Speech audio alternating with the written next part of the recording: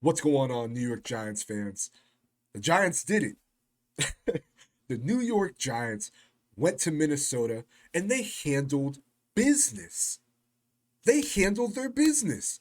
The New York Giants took down the Minnesota Vikings in a historic performance by their franchise quarterback, Daniel Jones. Now, look, this was a flawless game by Brian Dable and Mike Kafka. I have to give them a lot of credit. They called a very good game offensively. And this team played like they've played in the playoffs before, which no player on this team, I think outside of maybe one, has played in the playoffs, which is insane considering how poised they were, how calm they were. They were taking advantage of situations where past Giants teams wouldn't. They wouldn't. I would be coming on here talking about, there was opportunities on the field that the Giants didn't take advantage of. The Giants played a near flawless game against the Minnesota Vikings on their home turf. And look, I have to say this much. I have to take this in, right? As a Giants fan, and I'm talking to all of you guys, we have endured hell since 2016. We have endured hell. We have been the laughing stock of the NFL. To this day, you still have people in the media bashing the New York Giants like they're the same New York Giants of old. If you haven't caught on already, this team is not the same New York Giants team that the league is used to seeing. And week in and week out, each team that we play is finding that out the hard way. Their most recent victim is the Vikings. Go at, go and ask.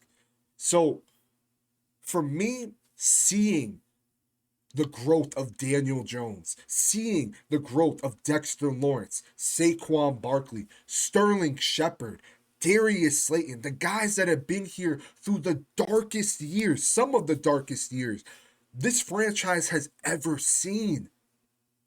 Not a peep, not an ounce of frustration, not a complaint once. And to see this team be in the playoffs and to see them win, I'm excited as hell that we won the game, but I'm even more excited to see these guys that have gone through hell with this team finally get their moment, take advantage of it, and now can make some serious noise in the playoffs, taking on a division rival in the Philadelphia Eagles next Saturday. I'm pumped for this team.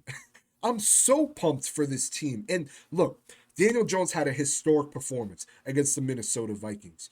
24-35, 300 passing yards, two passing touchdowns, 78 rushing yards, really 83. If you take out the kneeling, it's 78, but a historic performance. One of three quarterbacks to have that kind of performance in the postseason.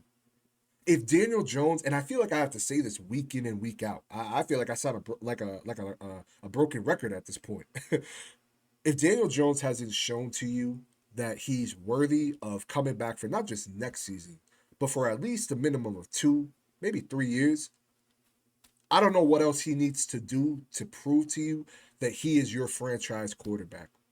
Daniel Jones, look, not only, okay, is he the only quarterback from that 2019 draft class to have a playoff win? He's the only quarterback to have a playoff win from that draft class.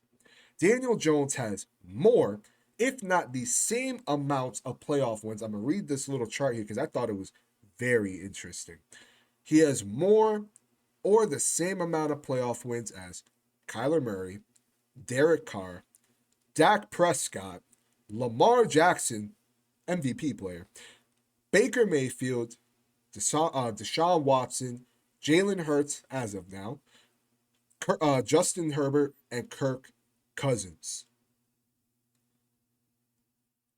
Let me tell you something. As a Giants fan, I love that, right?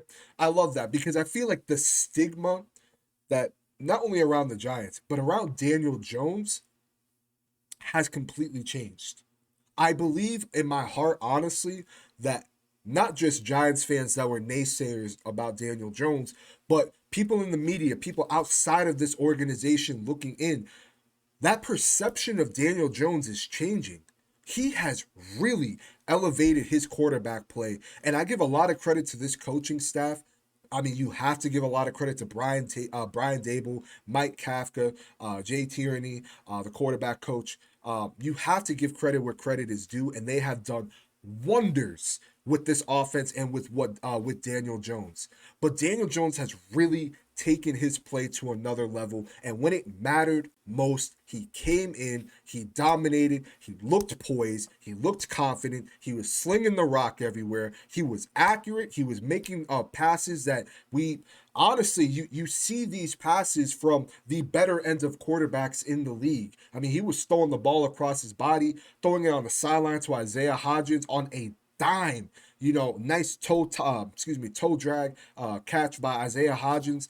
I mean, just an excellent game by Daniel Jones. An excellent game. Now, Saquon Barkley. Look, Saquon Barkley was a difference maker for the Giants today. I mean, he seriously was a difference maker for this team. That touchdown, his first touchdown that he had, was the patience, the vision that he has is next to none. The acceleration that he has, how quick he's able to accelerate and slow down is just next to none. You saw that on that play alone, the patience, the vision, the acceleration. It was just a masterclass play, an excellent run by Saquon Barkley. And he was effective in the run. He had 2 touchdowns. He was effective in the pass, having over 50 receiving yards. I mean, he was all over the place. We saw the Giants getting Matt Breida the ball. I mean, you saw that Statue of Liberty play, which was perfectly executed by Daniel Jones. Just beautifully executed by DJ. We're getting Matt Breida involved in the run game. I mean, Saquon Barkley really was a difference maker in this offense. And you saw everywhere that he was, whether it was in the backfield, whether it was at wide receiver, whether it was in the slot, he was everywhere. Whether it was him doing some motions. I mean, he was everywhere, and the Vikings defense, wherever he was, they had someone trailing him, and rightfully so, because he was a difference maker in this offense, and he was a dual threat for us. And that's how we need to use Saquon Barkley. And I'm really happy to see that we have a coaching staff that knows how to use him, because prior coaching staffs, a la Jason Garrett, Pat Shermer, I mean, they haven't been able to use him correctly. So to see him and Daniel Jones thrive under a good coaching staff, I love it. I love it so much, man. Now look, Isaiah Hodgins had an amazing game for the New York Giants today. I mean, since he's been signed by the Giants coming out of the bye, I mean, he's just been everything we've needed in our wide receiver core. I mean, I will forever eat crow on him. I seriously will, because I said that he would be just another guy, just another Marcus Johnson.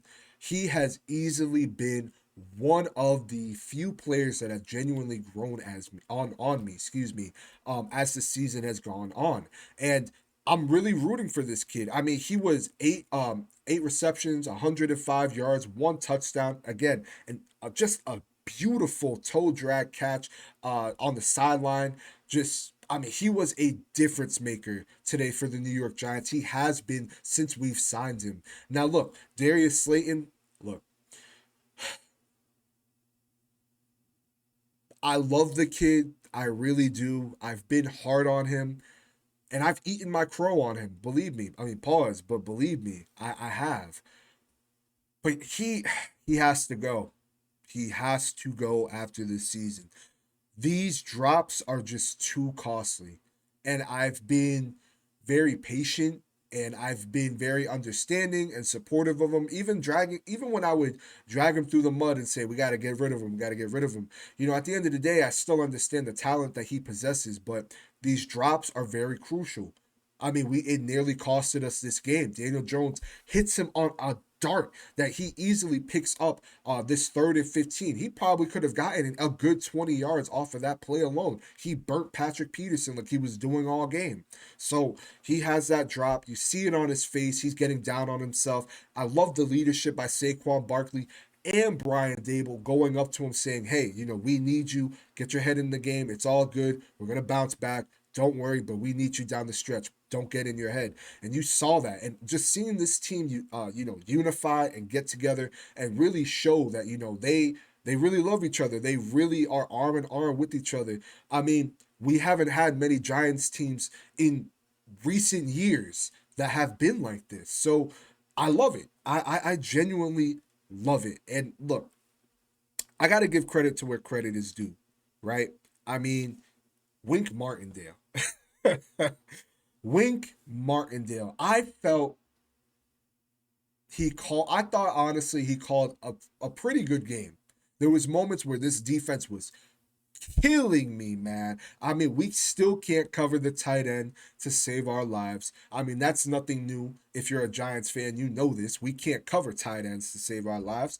On top of that, you know, there was moments where Thielen was cutting us up, Jefferson, but we was able to hold our own. We was really able to hold our own for the most part. And look, I gotta say this much: Cordell Flott, in my opinion, he had, if not the play of the game, one of the plays of the game because he didn't do much in this game, but when he came in, he really, really helped out this New York Giants team. He had a nice pass breakup on KJ Osborne. I mean, if that doesn't happen, I mean, the Vikings are picking up momentum. They was getting hot on that drive, and the New York Giants really needed to, get back into the swing of things, and having that pass breakup really set the New York Giants up in good position.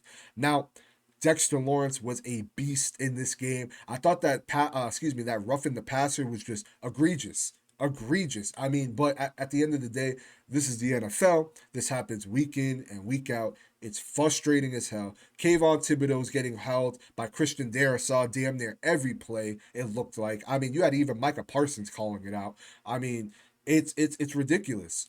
It really is ridiculous. But you saw how dominant Dexter Lawrence was in this game. I mean, he was just abusing their guards and abusing their center. Now, Kayvon Thibodeau, I thought he had a pretty solid game. I mean, Christian Darrisaw is one of the best tackles in the league. You got to give him credit there. But at the same time, Kayvon was getting back there when Christian Darrisaw was not holding this man and damn near throwing him into the ground. And I mean, one hell of a game by this defense. Seriously, one hell of a game by this defense. I mean, linebackers, we need linebackers like no tomorrow. I don't care if we use one in the first round. I don't care if we go out and get Tremaine Edmonds. We need linebacker help because Jalen Smith and Gerard Davis, they're not it. They're not it. They are not getting it done for us. Now, for me personally, I think players like Cordell Flott, I think, that's a player going forward, even next season, especially if he could put on weight. He could be a nice player for us. That could be our number two. So for me, I'm really excited to see this defense going against the Philadelphia Eagles, who, hey, when we had our third and fourth stringers out there, just last week when they needed to win that game, we held our own. Cordell Flott held his own against AJ Brown. So I'm very excited to take on the Philadelphia Eagles next week. Now, I gotta be real with you. I gotta be honest with you. I could not have imagined this season going the way that it is. I predicted this team to get 9 to 10 wins, but it's different when you predict it and then when it happens, right? The moment when it happens, it's like, oh, this is happening. Then the playoffs happen, and you're like, oh, this is happening. And then the Giants win, and it's just, I gotta compose myself. I gotta compose myself. I feel like a rocket about to take off, but I have to compose myself. What a game. What a game. And the New York Giants, I mean, they're coming out of this relatively healthy. I mean, Aziz Ojolari, we're gonna see hopefully, his calf. I believe it was his calf. I could be wrong. Or it might have been a quad. I'm gonna definitely get back to you guys on that when they provide more information. But he looked like he was all smiles, on the sidelines. So I mean, hopefully it's not too serious. But Aziz Ojolari, man, I mean, he's just had a year full of injuries, and we really need him down the stretch. So you gotta hope and pray that it's not that serious. Pinnock, he went to the hospital after the game. He was back in the locker room before, the media could get there. And, the media was saying that, he looked like he was in good spirits. So that doesn't appear to be too serious. But outside of that, I mean, the Giants are leaving this game relatively healthy and going to take on the I keep saying the Minnesota Vikings, the Philadelphia Eagles. Now, regardless of whether the Giants win that game or not, and we're going to give our thoughts on that in another video, this was a successful season by Brian Dable and crew. An excellent, excellent season by this team that overachieved and defied the odds. And I have to, I have to give credit to this coaching staff because they have done something that no other coaching staff since 2016. And even that team, I didn't have that much confidence in compared to this New York Giants team. They Brian Dable's been able to do something that no other coach since Tom Coughlin has honestly been able to do for this team. And I'm feeling very confident in this team going forward. And regardless of how this season goes, the season was a success. The season was an A in my book, and I'm very, very pumped for the future of the New York Giants. Let me know your thoughts below. I really want to hear what you guys got to say about this game because I'm still pumped, man. I'm still trying to take it in. I'm gonna go back tomorrow and rewatch the game, just to relive it. But man, what a game by the G-Men. Let's go. What a game. Let me know your thoughts below. We'll see you guys on the next video.